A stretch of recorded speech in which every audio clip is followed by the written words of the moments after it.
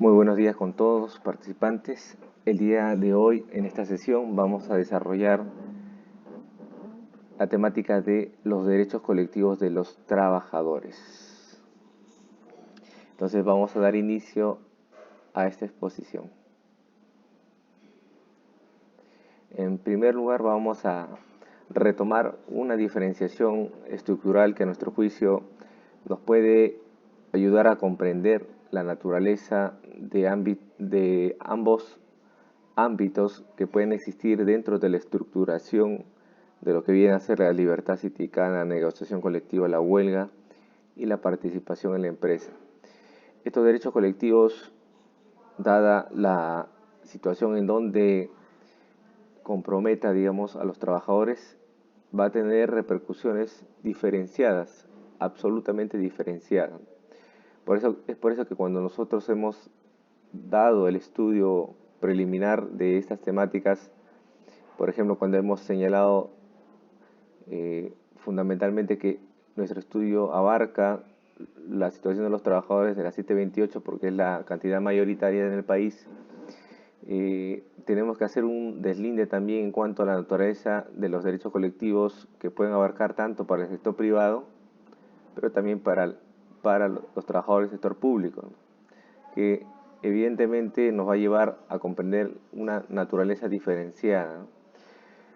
Y, por ejemplo, en el ámbito de lo que vendría a ser las actividades privadas, muchas veces estas no tienen una exigencia económica que pueda realizarse como parte de una excusa de la plataforma económica de la empresa para evadir la negociación colectiva, ¿no?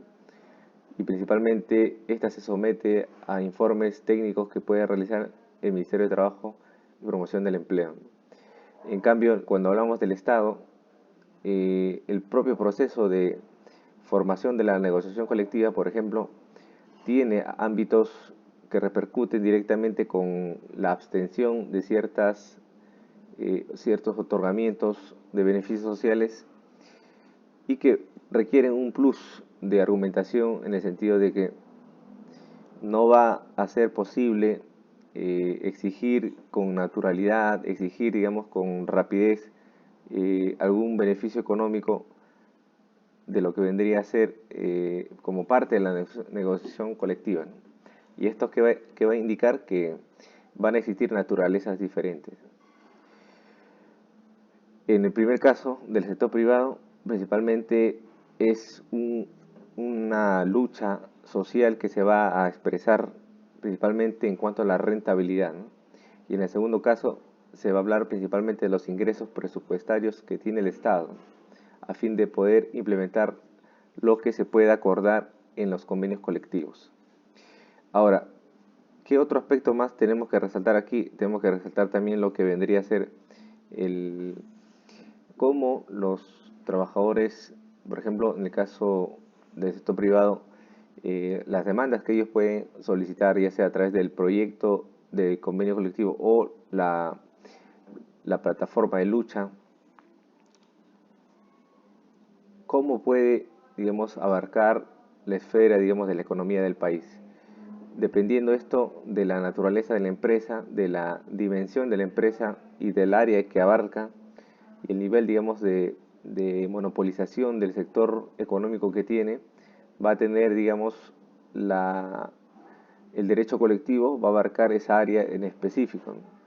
No es lo mismo tratar con una empresa, por ejemplo, que está en la esquina de nuestra casa y que abarca actividades de servicios como educación, por ejemplo. A diferencia de lo que vendría a ser en el caso del Estado, el, el caso de los profesores a nivel nacional, que vendría a tener toda una estructuración diferenciada, ¿no? Y por ejemplo, lo que podemos aquí indicar es cómo la naturaleza de los derechos colectivos se diferencia, ¿no? Porque en el caso de los trabajadores del Estado puede abarcar demandas de carácter políticas social, aunque en las últimas normas que han salido muchas veces es difícil, digamos, introducir ciertas temáticas como parte de la política, por ejemplo, en el caso de los profesores, educativa, ¿no?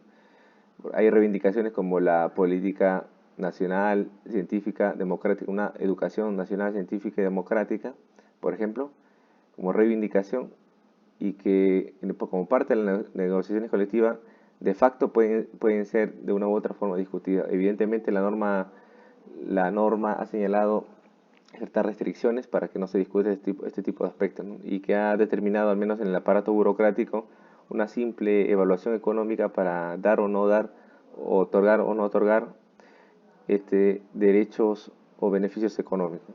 Entonces, como observamos, hay diferencias estructurales en ambos ámbitos. Nosotros en esta temática, y principalmente porque es nuestra área, digamos, principal de estudio, vamos a abarcar las normativas que se refieren al área del sector privado, ¿no?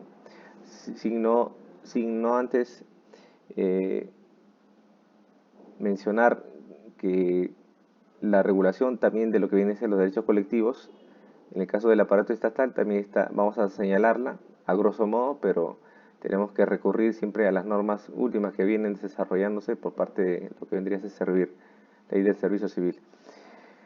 Entonces, vamos a continuar con la siguiente lámina. Bueno, en el caso de los derechos colectivos, vamos a seguir abarcando las diferencias. Esto a fin de ir progresivamente señalando los aspectos concretos de los derechos colectivos del sector privado, no sin antes también hacer estos lindes que son importantes para que los trabajadores tengan conocimiento de ciertas diferenciaciones que de una u otra forma se están buscando homogeneizar, ¿no? Evidentemente hay normativas internacionales. En el caso de la OIT, para el sector público, lo que vamos a tener es principalmente el convenio 151, que va a hablar justamente de los derechos colectivos de los trabajadores del sector público, ¿no? Y por el otro lado, el convenio ya conocido como el 87 y 98, que son conocidos, que también habla de la libertad sindical, negociación colectiva. Y aquí es importante también tener en cuenta las opiniones consultivas, que por lo general son como una jurisprudencia internacional que ayuda bastante. Incluso es citado por algunos jueces para poder darle mayor peso a su fundamentación en cuanto a su fallo. Y aquí la Comisión de Expertos y Aplicación de Convenios y Recomendaciones, o el Comité de Libertad Sindical del Consejo de Administración, tienen esa facultad de brindar este catálogo de sugerencias en función de la experiencia mundial. Recordemos que la OIT está conformada por más de 180 países y que producto de esas interrelaciones se van generando un conjunto de opiniones que estos órganos especializados emiten en materia de todos los derechos colectivos. Evidentemente tenemos que señalar que, como ya lo hemos señalado al inicio, nuestro derecho ceniciento, que es el derecho de la participación en la empresa, es el derecho que casi no existe en estos pronunciamientos, ¿no? Los 5 derechos colectivos son los que ya hemos enumerado y vamos a desarrollarlo también. En fin, existen diversos dispositivos internacionales que abarcan desde la Declaración Universal de los Derechos Humanos hasta el Protocolo de San Salvador, que van a referirse a los derechos colectivos en general, de asociación, de fundación de sindicatos, de organizaciones, de acciones. Y evidentemente en el ámbito de la OIT no existe un convenio de huelga, ¿no? Entonces, y esto ha sido producto también por la difícil articulación que se puede dar a escala mundial sobre este derecho. Esto hay que tomarlo en cuenta porque no existe un convenio sobre huelga, ¿no? Pero sí se entiende que en función de las acciones que puede tomar como parte de la libertad sindical, por ejemplo en el caso del convenio 87, se entiende que a partir de esas acciones, una de esas acciones es la huelga, ¿no? El paro, etc. Y que son parte de los derechos colectivos y no se les puede negar, ¿no? Así no exista un convenio explícito, ¿no? Esto hay que señalarlo porque normalmente los sectores patronales comienzan a negar estas actividades. En fin, también nuestra Constitución, las normas domésticas también señalan estos aspectos. En el caso del sector público hay referencias explícitas, artículo 29, y también algunas limitaciones y prohibiciones, ¿no? 42 y 153 de nuestra Constitución. Igualmente, ¿no? El artículo 28 de nuestra Constitución, perdón, artículo 28 es en ambos casos, artículo 28, hay que corregir aquí. Entonces, lo que tenemos que eh, entender es que existe una frondosa legislación, tanto internacional y nacional, que abarca y asume estos postulados de los derechos colectivos de los trabajadores en general. Y en lo que se refiere a las normas específicas, en el sector público, evidentemente vamos a tener que partir de la ley número 30057 y su reglamento, evidentemente, ¿no? Estas son las normas, digamos, que van a buscar homogeneizar y que tienen el sentido fundamental de, de expandir los derechos colectivos y de regularlos en su conjunto. Además de eso, también tenemos que evaluar las últimas modificaciones que han salido, por ejemplo, el caso de la negociación colectiva, la ley número 31188, su decreto supremo, que vendría a ser los lineamientos, y también algunas opiniones en torno que hace el aparato burocrático llamado Servir, ¿no? Que siempre llena de informes para hacer menos, digamos, flexibles los criterios que se emplean, ¿no? Porque normalmente el aparato burocrático lo único que hace es tratar de llenar esos vacíos que a veces la norma lamentablemente no plantea, ¿no?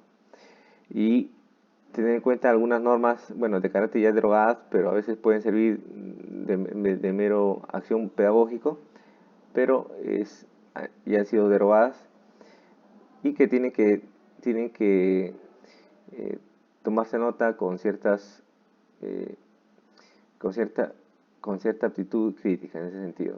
Esto es en cuanto al sector público, pero en el ámbito del sector privado vamos a ver lo ya conocido como la Ley de Relaciones Colectivas de Trabajo y su reglamento.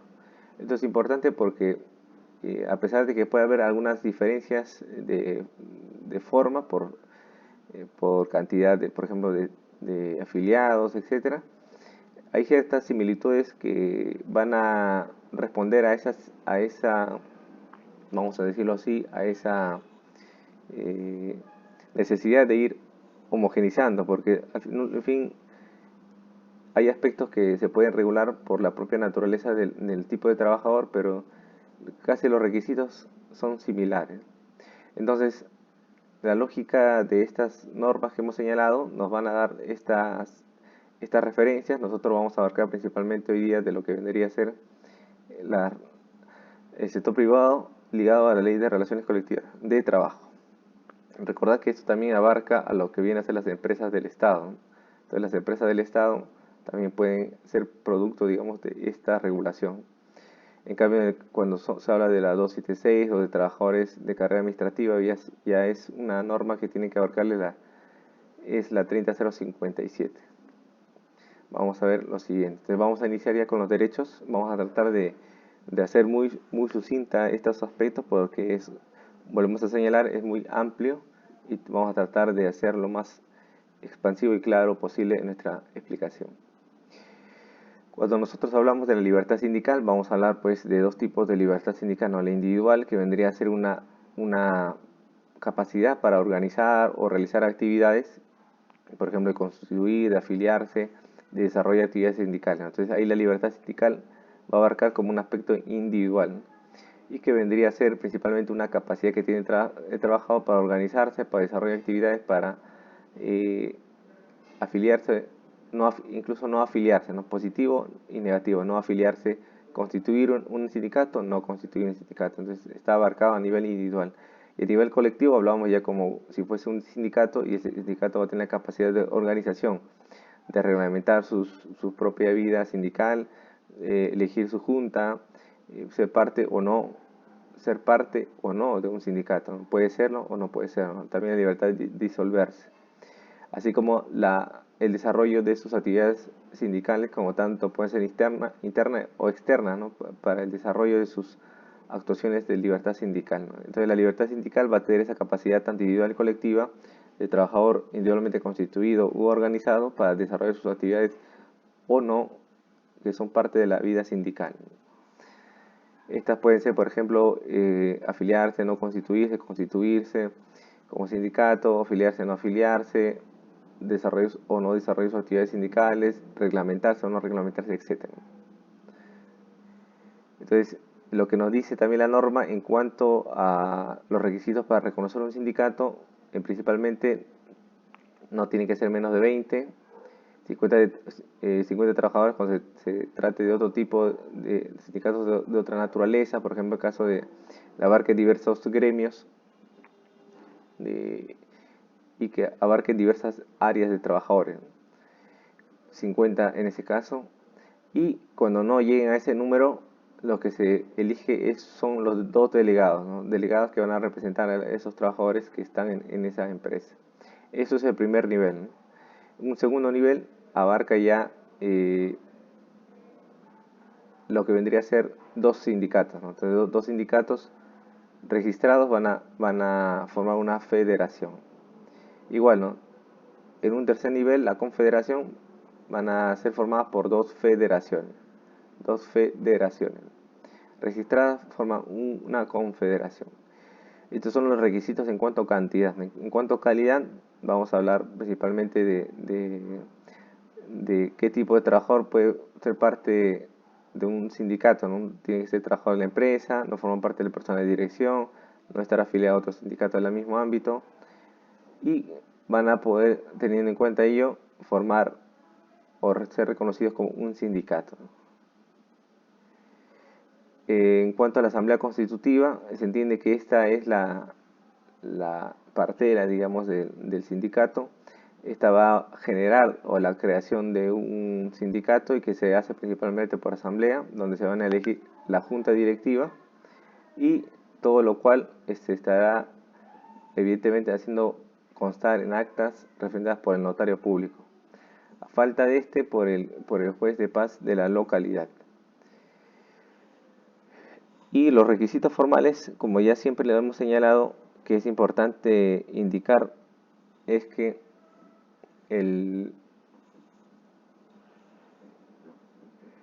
la copia de la legalidad del acta de la Asamblea de Constitución, la nómina de junta directiva, la copia del estatuto y la nómina de los afiliados debidamente identificados, ¿no? Son requisitos formales que de una u otra forma, si bien es cierto, la burocracia formalmente dice que no son requisitos constitutivos, pero la idea es que muchas veces esta burocracia entorpece y por eso hay que tenerlos a la mano estos documentos para su registro correspondiente. El reconocimiento sindical, si bien es cierto, es un acto formal, porque es un acto formal de registro, o sea, tiene que dar cuenta de la realidad. Lamentablemente esto a veces se invierte y el error es que la autoridad administrativa cree que ellos crean los sindicatos, ¿no? Los sindicatos no se crean por resolución, y esto siempre hay que señalarlo, ¿no? Lo que ellos hacen simplemente llanamente es como una mesa de partes de la realidad, ¿no? Si la realidad dice que hay 5, entonces tiene que escribir 5 ellos, nada más, ¿no? Pero hay burócratas que bajo cuestiones políticas buscan impedir el registro de los sindicatos porque ya hay coordinación, ¿no? Entonces por eso siempre tiene que estar atento el futuro sindicato ante estos aspectos.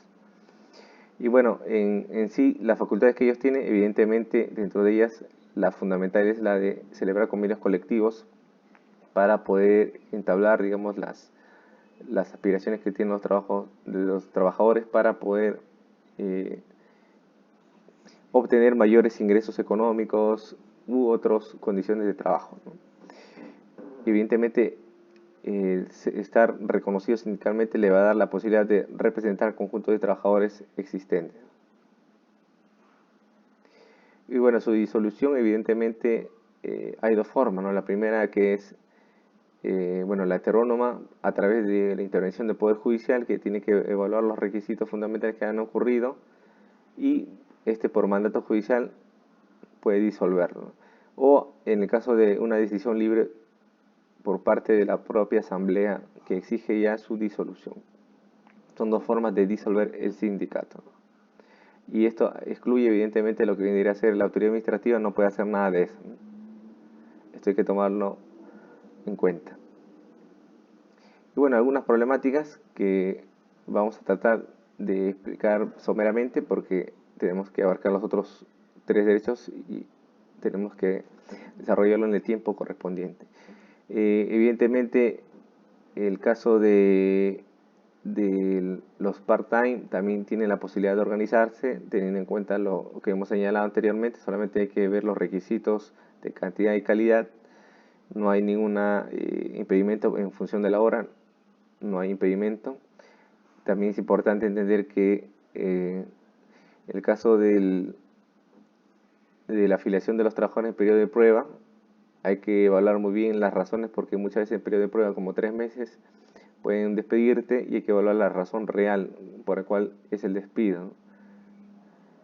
Porque un derecho se puede ejercer sin, digamos, eh, violentar otros derechos. En este caso se entiende que en periodo de prueba o uno lo despiden porque no es apto para el desarrollo de ese puesto de trabajo, ¿no?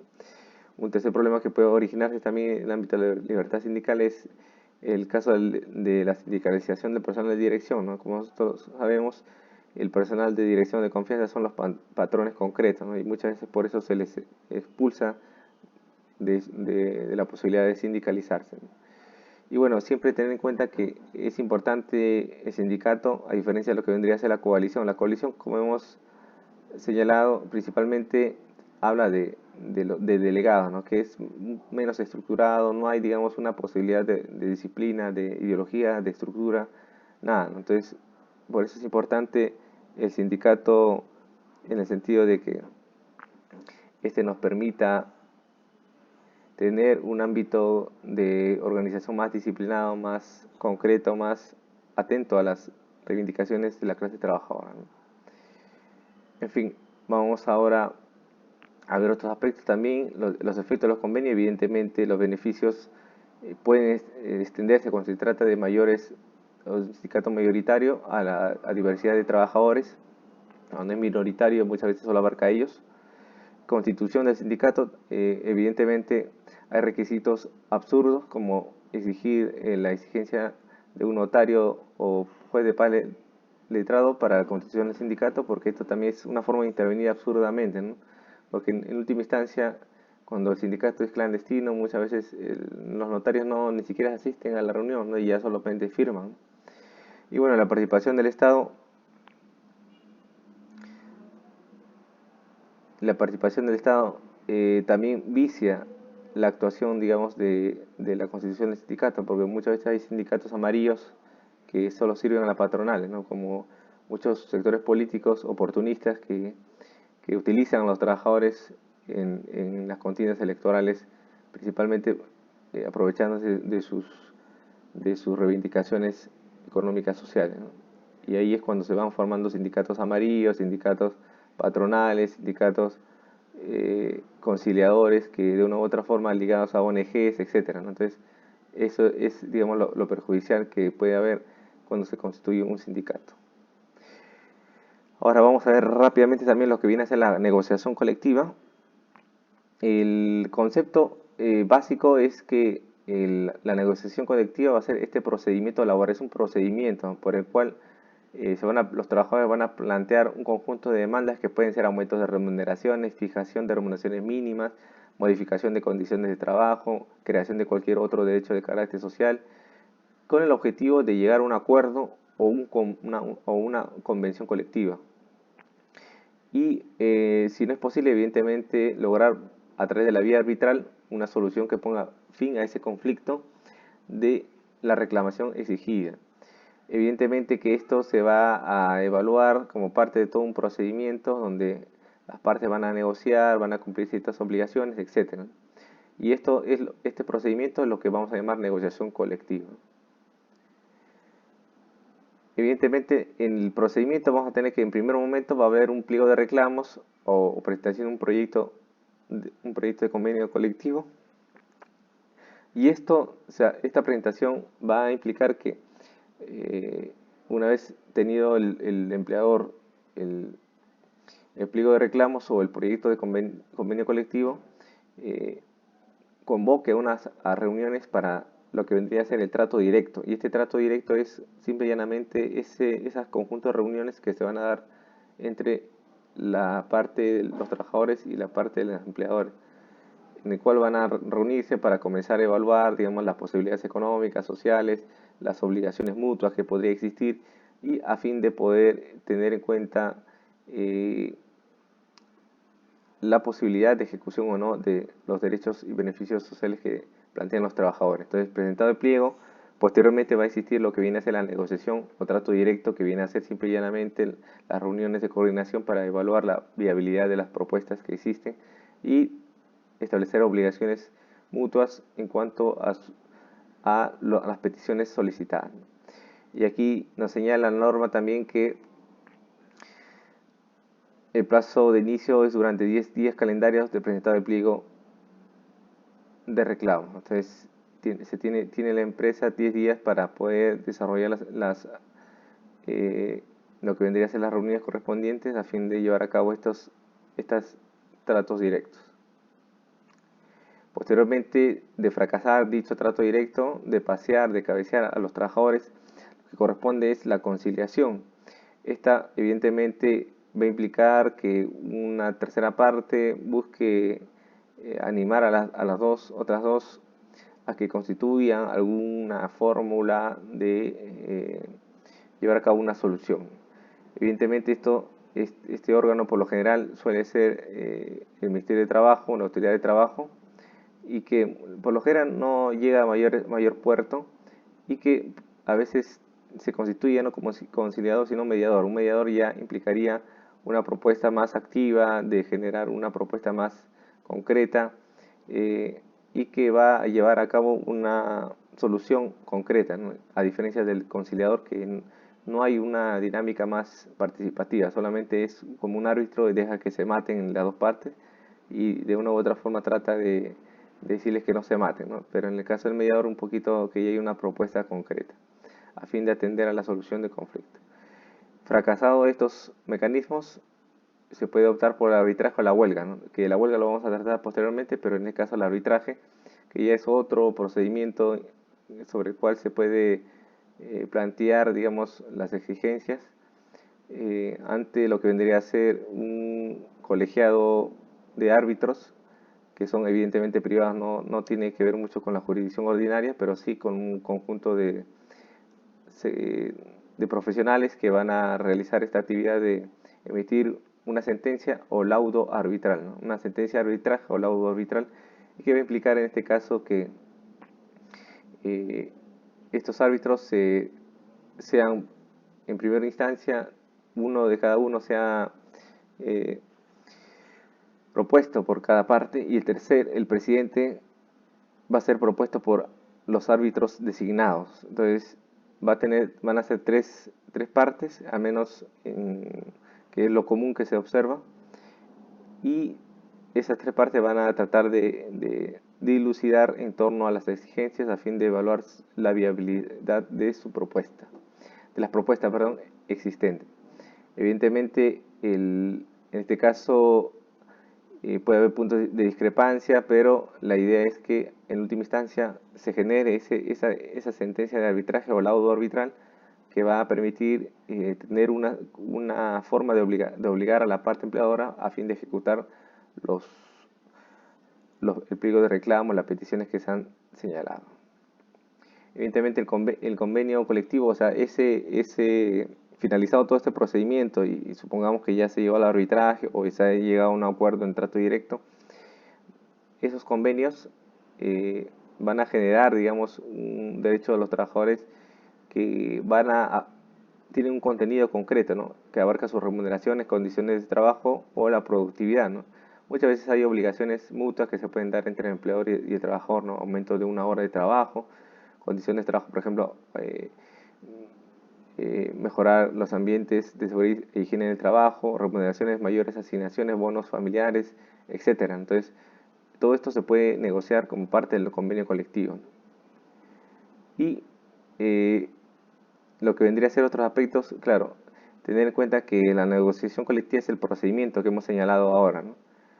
Y ese procedimiento tiene que hacer surgir al final, como acto final, lo que vendría a ser el convenio colectivo. El convenio colectivo, el acto colectivo, el pacto colectivo, los pactos colectivos o el convenio colectivo es el hecho final, ¿no? Se desarrolla la negociación colectiva que tiene que dar texto, un producto que se llama convenio colectivo o pacto colectivo. Y esto que es un documento a través del cual el empleador va a otorgar como producto, digamos, de la plusvalía ciertos beneficios económicos sociales, ¿no? Que son parte de las aspiraciones del trabajador. Y también tener en cuenta que muchas veces en función de los niveles de sindicalización, existe la posibilidad de realizar una negociación articulada que implicar una complementariedad entre las exigencias de los sindicatos de primer nivel y segundo y tercer nivel. Esto es importante porque muchas veces pueden haber peticiones que en el nivel inferior no existan para el nivel superior, ¿no? Entonces hay una necesidad de complementar esas demandas. Rápidamente también pasamos a lo que vendría a ser la huelga. Aquí tenemos que señalar fundamentalmente este derecho que habíamos dicho que a la par, digamos, con el arbitraje, se puede optar por la huelga. En lo general, vamos a comprender que la huelga va a ser principalmente la cesación del trabajo llevada a cabo de manera libre y colectiva, es decir, no se va a trabajar, esa es la huelga. Por eso es absurdo cuando escuchamos los medios de información cuando en su propia propaganda dicen, ¿no?, que los estudiantes hacen huelga, que los universitarios hacen huelga, es decir, aberraciones que son propias de un país de tercer mundo y que de la formación, digamos, de ese tipo de universidades donde salen, ¿no? En fin, hay una cesación, por eso cuando se habla de huelga se habla de dejar, digamos, de laborar, ¿no? Un estudiante no está laborando, ¿no? O un universitario no está laborando, ¿no? En el sentido estricto, no está realizando una actividad productiva en un centro de trabajo, ¿no?, de una empresa, ¿no?, o un servicio, ¿no? Entonces, la huelga tiene que ver con dejar de trabajar, pero de manera libre y colectiva, que tiene que ver con sus propios órganos de dirección, ¿no? Y es ahí cuando se habla de una huelga en su sentido real, ¿no? Entonces, va a haber una cesación de trabajo, hay voluntariedad en la ejecución, una actuación colectiva y una finalidad, ¿no? Evidentemente la huelga no es para que uno entorpezca la actividad productiva, sino es para que al regresar de la huelga se tengan mejores condiciones de trabajo y otras. Las huelgas son diversas, ¿no? Por ejemplo, podemos ver que hay por su extensión, puede ser una huelga de funcionarios públicos, de trabajadores normales, en general, una huelga local, regional, nacional, una huelga de empresa parcial total, de rama de actividad, de miembros de un sindicato, y también pueden abarcar áreas como, por ejemplo, una huelga de advertencia, intermitente, de sorpresa, trabajo de desgano, de reglamento, brazos caídos, ¿no? Hay una diversidad de huelgas que la experiencia histórica del siglo pasado nos ha heredado bastante, ¿no? Y también incluso hay huelgas de políticas, huelgas de solidaridad, huelgas profesionales, que por ejemplo se daba en el siglo pasado, por ejemplo, huelgas de solidaridad, en el caso de los banqueros apoyando a los sectores, digamos, de construcción civil, de minería, de metalúrgica, o políticas por razones, por ejemplo, de las invasiones a Nicaragua, ¿no?, etcétera, ¿no?, por ejemplo, ¿no?, o contra Pinochet, por ejemplo, ¿no? En el caso de otras huelgas, también evidentemente vemos que hay huelgas legales, legítimas pero legales, en fin, que están ligadas principalmente a cómo está configurada una norma en un país determinado. También tener en cuenta que hay prohibiciones, delito, la huelga es considerada como delito. En determinado periodo así era considerada la huelga, incluso la toma de fábricas era considerado también delito, ¿no? Y esto también hay que tomarlo en cuenta porque a veces eso abarca una sanción ya no solamente civil o administrativa de despido o de indemnización, sino también penal, que tiene que ver con la libertad para poder desplazarnos unos. En fin, hay que tomar en cuenta todos estos tipos de huelgas, pero ya cuando hablemos de lo que existe en nuestra regulación, evidentemente muchas de estas cosas no existen, ¿no? Están prohibidas, ¿no? Lamentablemente hasta ahora los órganos fundamentales nunca han, digamos, realizado algo para poder oponerse a estas prohibiciones que han sido principalmente dadas en la época del Fujimorismo, ¿no? Todas las huelgas han sido, digamos, eliminadas de la conciencia social y prácticamente estas huelgas se hacen de facto, ¿no?, en función de la táctica y estrategia que tienen las organizaciones sindicales, pero que a lo largo de los años no se ha podido eliminar, digamos, las prohibiciones legales que existen. La estructura de una huelga, evidentemente, vemos que hay un hecho de abstenerse de trabajo, hay sujetos que lo realizan y hay también pretensiones concretas que se busca desarrollar. Además de eso, hay etapas también, ¿no? Las etapas que tienen que ver, por ejemplo, con el periodo de gestación, que tienen que ver con los actos preparativos, los periodos de prehuelga, avisos que se dan a nivel interno, y también cuando ya se da inicio, esto implica también seguir con ciertos parámetros que tienen que ver hasta, digamos, que se reconozcan las peticiones solicitadas. Evidentemente, ya cuando se desarrolla la huelga, vamos a observar que pueden haber ciertos fenómenos que se dan en la lucha y que principalmente, por ejemplo, en el caso de los trabajadores, tienen que enfrentarse a los isquiroles, que son principalmente los trabajadores amarillos, que son adquiridos de mala fe por el empleador para reemplazar a los trabajadores y hacer que su huelga sea nula, ¿no? Entonces, si ya hay gente trabajando, los estoy perjudicando. Entonces, la necesidad de prensa y solidaridad también es importante, y tener en cuenta las represalias que siempre da la patronal, ¿no? Que principalmente de legitimación social, económica, descuentos, etcétera. Hay que prepararse para todo eso, para hacer la huelga, ¿no? Y la finalización de la huelga el, va a implicar que tiene que cumplirse las demandas que solicitan los trabajadores, ¿no? Si no, la huelga, digamos, no tendría ningún sentido, ¿no? Porque hay trabajadores que venden, digamos, las huelgas y son amarillas, ¿no? Y luego las vemos postulando en las elecciones, y hay que tomar en cuenta ellos, ¿no? Porque eh, muy difícil, digamos, es ver, digamos, trabajadores honestos que estén dispuestos, digamos, a llevar hasta la última instancia lo que viene a ser la lucha sindical. En fin, los efectos de una huelga: se entiende que esta no rompe la relación laboral, solamente la suspende, es decir, que uno no es despedido. Evidentemente, hay reprogramaciones en función de la negociación. Esto también se tiene que pedir, ¿no? Como parte de la negociación colectiva, cómo se va a recuperar las horas no trabajadas, y ahí es fundamental que se plantee la forma de cómo se va a recuperar, ¿no? Porque pueden ser que sean descontados porque no hay trabajo. Y el tema también del esquirolaje, que es importante combatirlo, ¿no? Porque son los trabajos amarillos contratados para impedir el impacto económico de la huelga, ¿no? Porque no trabajar como parte de la lucha sindical de la huelga hace que los empleadores contraten a ciertos individuos para que no solamente sean partícipes contra la huelga, sino que también pueden ser personas que estén a sus servicios, ¿no? Por eso son los conocidos como trabajadores amarillos, ¿no? En fin, vamos a ver los aspectos específicos.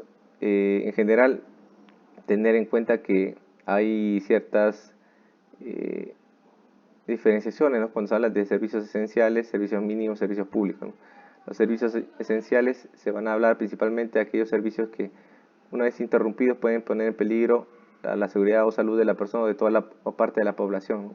Por ejemplo, lo que vendría a ser una huelga de servicio esencial podría ser calificado aquella huelga, por ejemplo, de una isla donde solamente de los que transportan las mercaderías para el consumo de bienes y servicios de las personas en la isla, ¿no? Si se paraliza eso, tienen que tomarse las medidas adecuadas para que no sea interrumpida en su totalidad este servicio esencial, ¿no? Si bien se puede ejecutar la huelga, pero se tiene que tomar en cuenta algunas medidas a fin de no poner en peligro la vida de la población.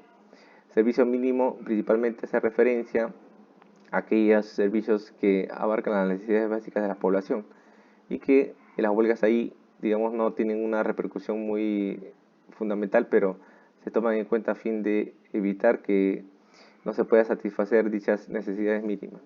Y en general, los servicios públicos van a ser, pues, los servicios que en general se dan con cierta regularidad en todos los ámbitos de nuestro país.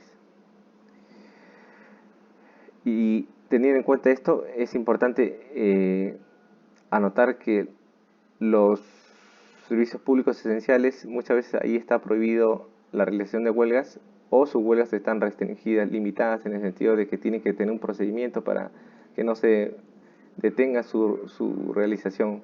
Y esto es importante porque nos permite comprender que la puesta en peligro de estas actividades, aunque no es una lista muy arbitraria, podría generar un peligro para la población. Pero si nosotros observamos, casi ninguna de estas va a generar ese peligro, ¿no? Y esta más bien, esta es una regulación legal evidentemente ideológica, ¿no? Que parte de una regulación neoliberal que simple y llanamente ha tratado de suprimir o de aminorar el impacto de las huelgas existentes. Muchas de estas huelgas, digamos, no tienen razón de ser porque no necesariamente son actividades, servicios esenciales y que van a implicar, digamos, un peligro a la sociedad, ¿no?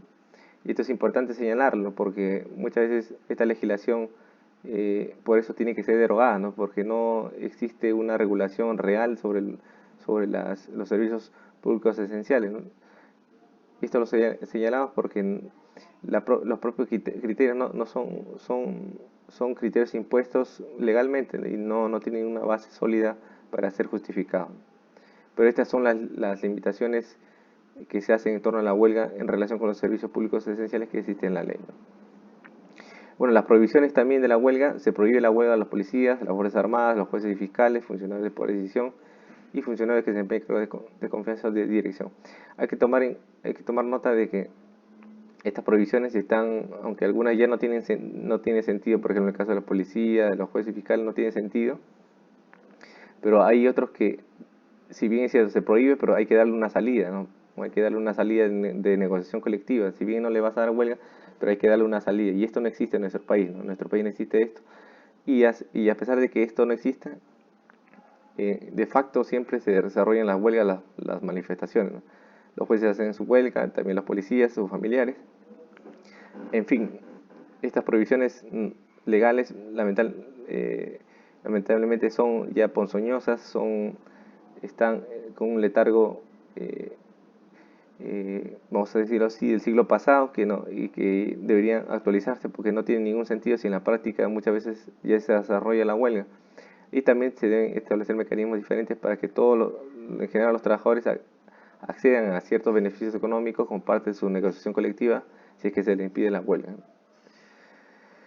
Hay casos de limitaciones, como hemos señalado, en los servicios esenciales que hemos señalado, allí existe ciertos tratamientos que tienen que cumplir, ¿no? Por eso es absurdo cuando escuchamos en los medios de información cuando dicen que no hay atención médica, ¿no? Cuando es un servicio esencial, ¿no? Un servicio esencial por su propio procedimiento, vamos a observar que esta va a ser, digamos, cubierta por el Estado de manera mínima, ¿no?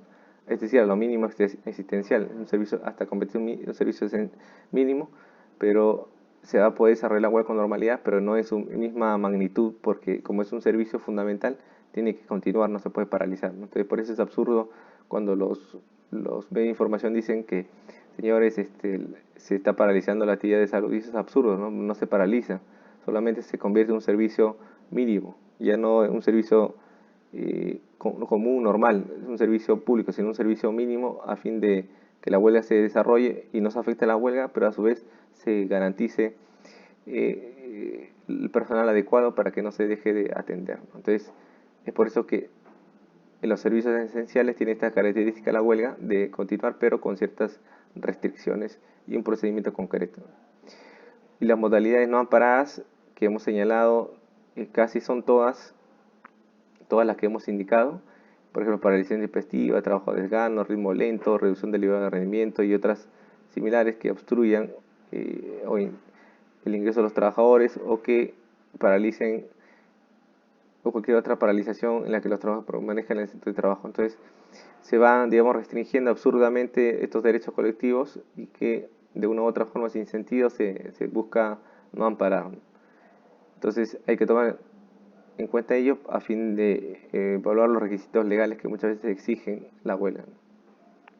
Y bueno, el último derecho, y con esto vamos también cerrando, digamos, este ámbito de los derechos colectivos. Ya hemos hablado de libertad sindical, negociación colectiva y la huelga. Ahora vamos a hablar un poco de lo que es la participación en la empresa, En primer lugar, vamos a ver algunos aspectos generales de la participación. Cuando nosotros hablamos de la participación, vamos a hablar principalmente de cómo se va a designar a los representantes de los trabajadores o de sus sindicatos dentro de los órganos de una empresa o del Estado. Es decir, que la participación en la empresa o en el Estado va a implicar una designación de representantes de los trabajadores dentro de lo que vienen a ser los órganos de la empresa o del Estado, ¿no? A fin de tener cierta orientación sobre estos.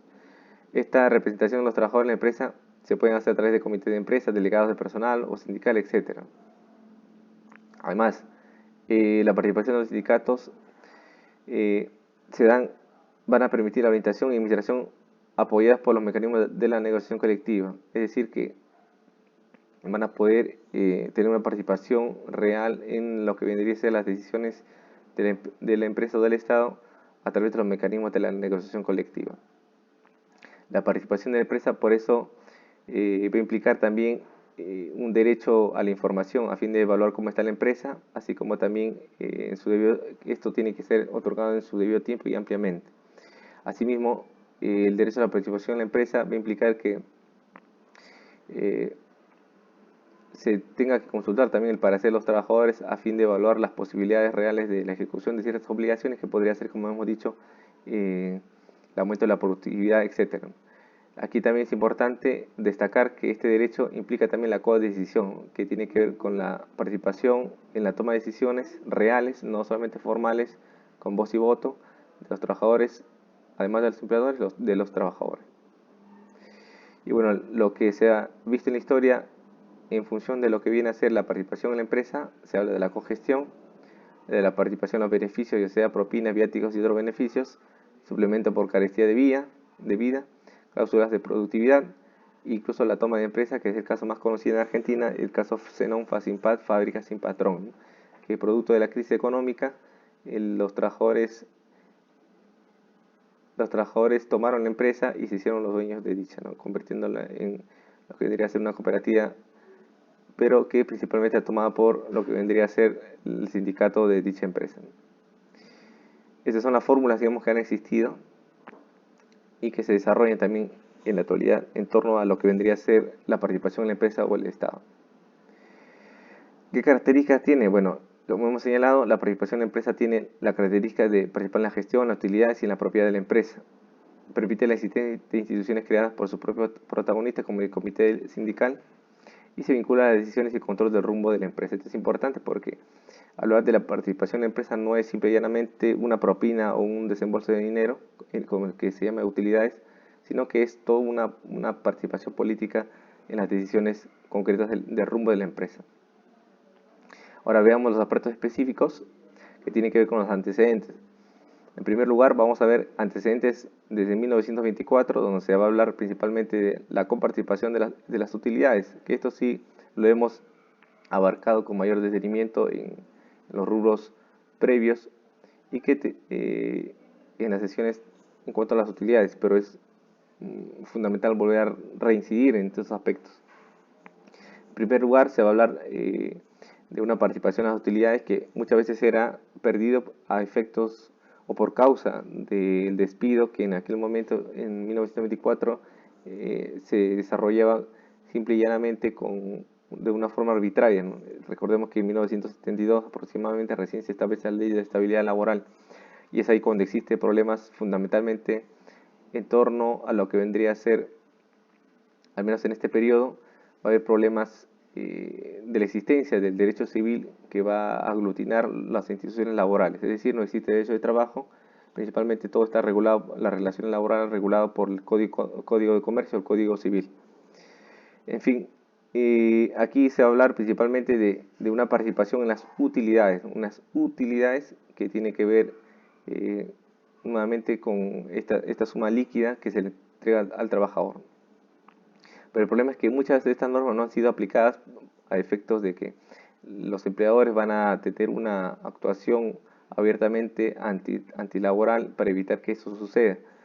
A pesar de que la Constitución, luego en 1933, también va a estar regulada participación en los beneficios de la empresa, se sigue, digamos, señalando estos aspectos ligados a lo que vendría a ser las utilidades en el sentido individual, no en el sentido de la participación de la empresa, pero son atisbos que se van dando y que de una u otra forma se van orientando, ya no solamente a entregar una suma líquida, sino que también a acciones transferibles ligados principalmente a inversiones de viviendas para los trabajadores.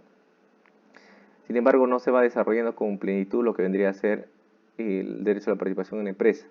Incluso se va a dar otras normas que se va a hablar principalmente de lo que vendría a ser el valor de dichas utilidades, ¿no?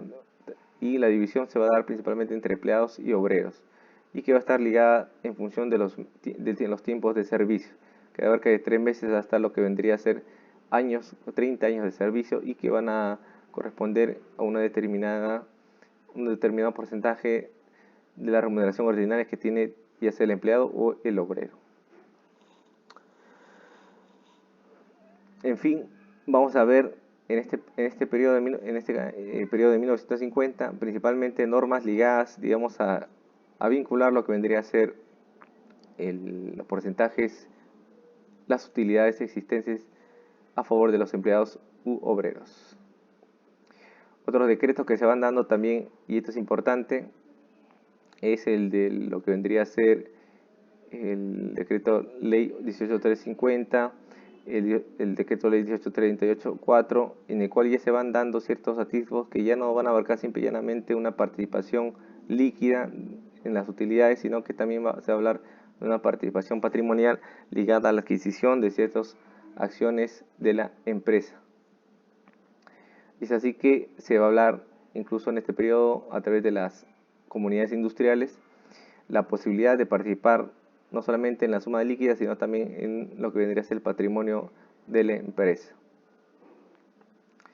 Y es cuando se habla en la Constitución de 79, se habla, por ejemplo, de lo que vendría a ser la gestión y la utilidad de la empresa, y también la participación en la propiedad. Y abiertamente se va señalando estas tres características que hemos indicado, que son parte, digamos, de los derechos a la participación.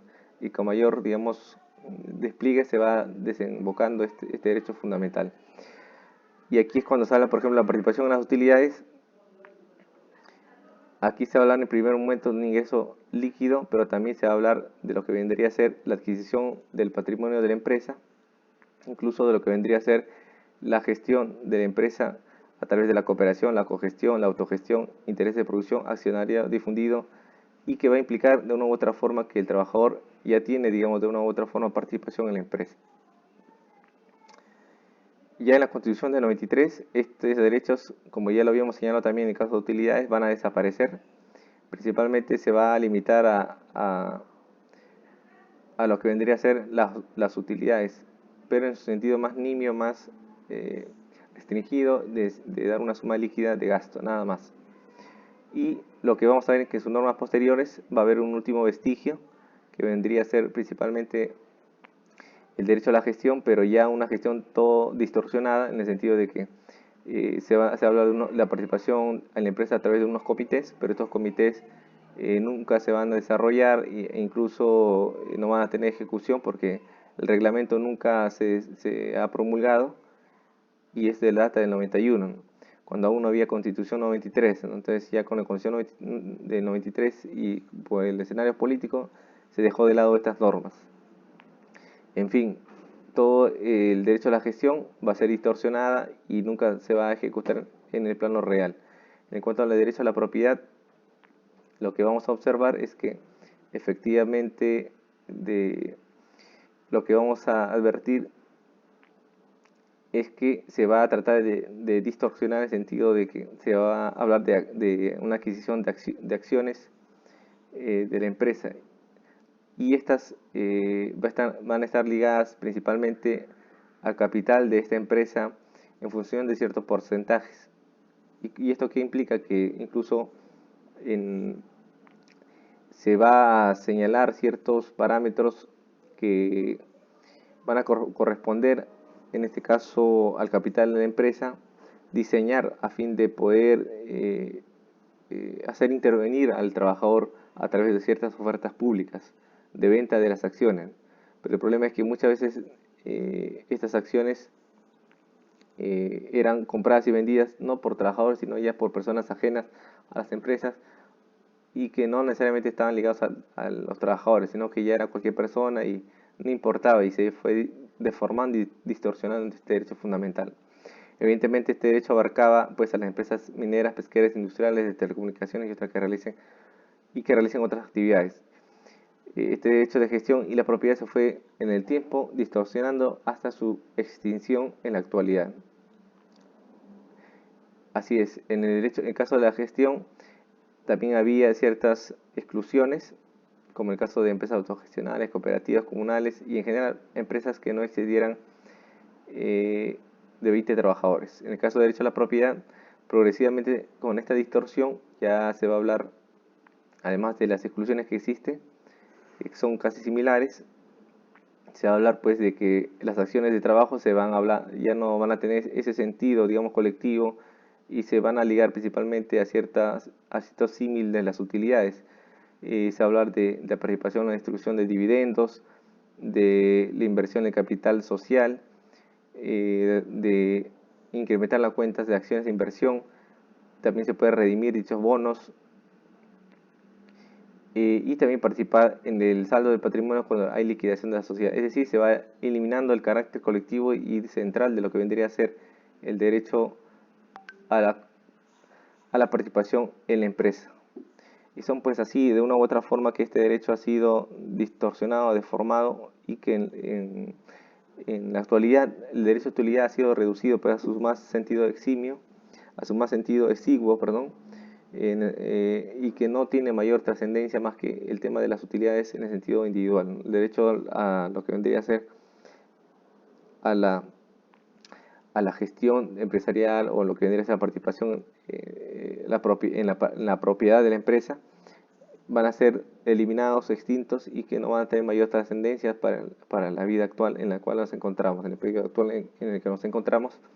Y esto ha determinado esta situación de una u otra forma altisonante, sin mayor trascendencia de estos derechos a la empresa, y que deben ser difundidos de una u otra forma para poder reivindicarlos en su sentido real. Eso es todo lo que tendríamos que señalar, estimados amigos, y con esto estamos poniendo fin a la clase de hoy día. Muchas gracias.